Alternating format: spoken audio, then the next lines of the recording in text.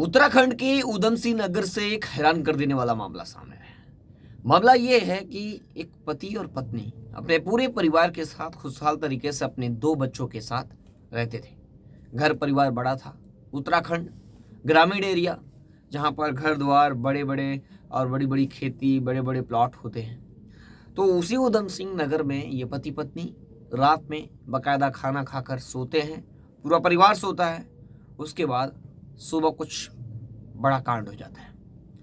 सुबह ये होता है कि जो औरत है, जो महिला है, वो अपने पति को देखती है तो पति मरा पड़ा हुआ था। यानी जब उसको जगाने की कोशिश करती है, उठाने की कोशिश करती है, तो वो नहीं उठता है।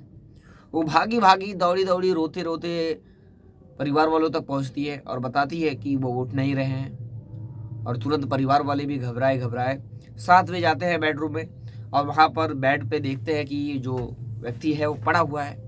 वो कुछ बोल नहीं रहा है, ना कुछ बोल रहा है। लेकिन परिवार वालों ने गौर किया कि उसके नाक से खून और कान से खून, यानी उनको कुछ गड़बड़ लगता है।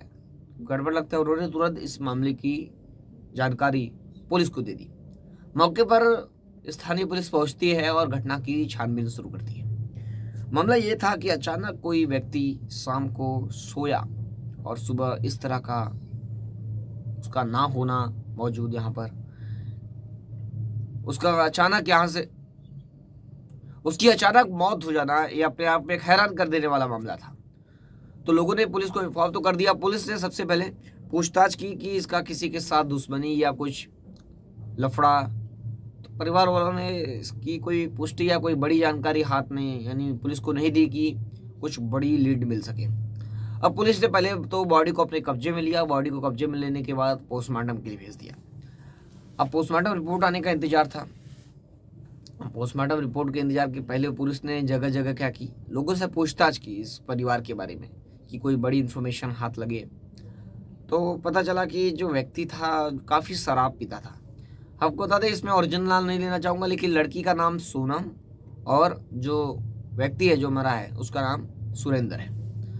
और सुरेंद्र और सोनम की शादी आज से 9 साल पहले हुई है, ये परिवार वालों ने बताया, और उनके 2 बच्चे भी हैं। अचानक 9 साल बाद बेडरूम में बेड पर सोए सोए सुरेंद्र की मौत अपने आप में हैरान कर देने वाला मामला था। और पूरे गांव वाले भी दहशत में थे कि अचानक कैसे हो गया। और लेकिन पुलिस को धीरे धीरे जब पुलिस ने जानकारी जुटानी शुरू की, एक से एक बात जोड़ना शुरू की, तो पुलिस को कई बड़ी बातें हाथ लगी। बात यह थी कि ये काफ़ी शराब पीता था और परिवार में इसका विवाद भी होता था। अब पुलिस और जानकारी जुटाने की कोशिश करती है कि उस रात को क्या हुआ था, जब ये सोने से पहले, यानी सोने से पहले क्या हुआ था। तो परिवार वाले कुछ बोलने को तैयार नहीं थे। अब लड़के के परिवार वाले, लड़के के माता पिता से जब पूछताछ की गई, पुलिस डीपली पूछताछ करने की कोशिश की, इन्वेस्टिगेट की, तो पता चला कि जो लड़की के माँ बाप हैं लड़के के, वो बताते हैं कि जो उनकी बहू है उसके साथ हमेशा झगड़ा झंझट होता था मेरे पति के, यानी उसके लड़के के उस औरत के साथ, यानी सोनम के साथ सुरेंद्र के झगड़े हरदम होते थे। ये बात पुलिस को पता चलती है। अब ये बात को कंफर्म करने के लिए पुलिस इसे हिरासत में लेती है, यानी जो सुरेंद्र की पत्नी सोनम है उसे हिरासत में लेकर पुलिस स्टेशन जाती है। वहीं पोस्टमार्टम रिपोर्ट भी आ जाती है। पोस्टमार्टम रिपोर्ट से पता चलता है कि जो सुरेंद्र है उसकी मौत किसी धारदार या वजनदार हथियार से वार करने के चलते हुई है। अब इस तरह वार करके उसको बेडरूम पर, यानी बेड पर बेडरूम के अंदर सुला देना, ये कौन कर सकता है? यानी एक मर्डर केस है। पुलिस ने इस मामले में 302 के तहत मामला दर्ज किया और जांच शुरू कर दी। और यहाँ पर पत्नी को हिरासत में लेकर पुलिस फिर से पूछताछ शुरू करती है। जब पूछताछ शुरू करती है तो पत्नी पहले तो घुमाती है, नई नई कहानी और नई नई बातें बताती है। वो बताती है कि जो पति है वो काफ़ी शराब पीता था, लेकिन वो मर्डर की बात स्वीकार नहीं करती है।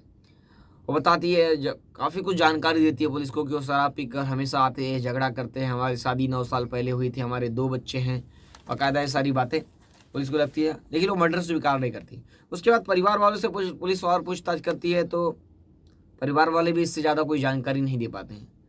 लेकिन पुलिस जब सबूतों से घिर गया, यानी जो सोनम है उसके खिलाफ पोस्टमार्टम रिपोर्ट में जो उसके घर में वो रहती है, उसके घर में ही किसी ने आकर धारदार हथियार से वार कर दिया और उसकी मौत हो गई। और उसी के बेड पर वो भी सोई है रात भर, और साथ में उसका पति भी सोया, उसकी मौत कैसे हो गई? जब पुलिस पूरे सबूतों को उसके साथ उसके सामने रखती है तो वो टूट जाती है आखिर। टूट जाने के बाद पूरी कहानी बताती है कि जो उसका पति सुरेंद्र है वो अक्सर घर पर आया करता था और रोज उसके साथ झगड़ा करता था। यानी जब शराब पीकर आता था तो उसके साथ मारपीट करता था। रोज की बात थी, एक दिन की बात नहीं थी। उसको प्रताड़ित करता था। लेकिन मर्डर वाले दिन वो शराब पीकर फिर आया और शराब पीने के बाद उसके साथ मारपीट करने लगा। मारपीट में यानी जो भी सामान पाता घर में उसके ऊपर वार करता उससे, और वो अपनी बचने की कोशिश करती। और तो फिर सुरेंद्र किचन में पहुंचा और किचन में जो तवा होता है रोटी बनाने वाला लोखंड का, उस तवे से अपनी पत्नी सोनम के ऊपर वार करने लगा। लेकिन बचाव करने के लिए सोनम ने बताया कि बचाव करने के लिए उसने तवे को छीना और तवे को छीन के उसके ऊपर दे मारा। यानी अपने पति को अपना सेल्फ डिफेंस करने के चक्कर में उसने अपने पति को मार दिया और उनकी तुरंत मौके पर ही मौत हो गई। अब वो अचानक मौत से उसने बताया कि उसने नहीं चाहती थी कि वो जान से मार दे, लेकिन उसकी मौत हो गई। उसके बाद वो घबरा गई। घबरा जाने के बाद वो सोचने लगी कि अब इसकी बॉडी को क्या करेगी वो। अब उसने क्या किया कि बॉडी को उठाया और बेड पर लेके गई। बेड पर किसी तरह ले गई और बेड पर ले जाने के बाद वो स्लीपिंग पोजीशन में, यानी जिस तरह सोते हैं आदमी उसी तरह उसको सुला के, यानी चद्दर और कंबल उड़ा दिया और उसके साथ बाजू में खुद भी वो सो गई। रात भर सोई। उसके बाद सुबह उसने ऐसा ड्रामा किया कि उसके पति को किसने मार दिया या उनकी मौत हो गई, वो उठ नहीं रहे। परिवार वालों को बताई और फिर परिवार वालों ने पुलिस को इन्फॉर्म किया। अब पुलिस ने इस विषय में परिवार वालों से भी पूछताछ किया तो परिवार वाले बताते हैं कि जो उसकी पत्नी है उसका अफेयर मायके में किसी और के साथ है, इसलिए उसने पति को मार दिया। हम पहले से ही जानते थे कि उसकी पत्नी ने ही उसे मारा है, क्योंकि उसकी नाक से खून आना, मुंह से खून आना और उसका चेहरा देखकर पता चल रहा था कि इसने मेरे बेटे को मार दिया है, परिवार वालों का कहना है। अब इस विषय में पुलिस आगे की इन्वेस्टिगेशन कर रही है और पुलिस 302 के तहत मामला दर्ज की है। वो आगे देखना होगा कि सजा क्या मिलती है और पुलिस की आगे इन्वेस्टिगेशन कहाँ पर जाकर रुकती है और क्या एविडेंस कलेक्ट करती है। पुलिस ने घर में जाकर सीन ऑफ क्राइम को भी उसका जायजा लिया और वहाँ पर जो तवा था उसे भी अपने साथ ले गई, यानी एविडेंस के तौर पर अपने पास रख ली। वही देखना होगा कि इस महिला को क्या सजा होती है। फिर मिलूंगा एक नई कहानी और एक नई घटना के साथ। तब तक के लिए जय हिंद, सावधान रहें, सतर्क रहें।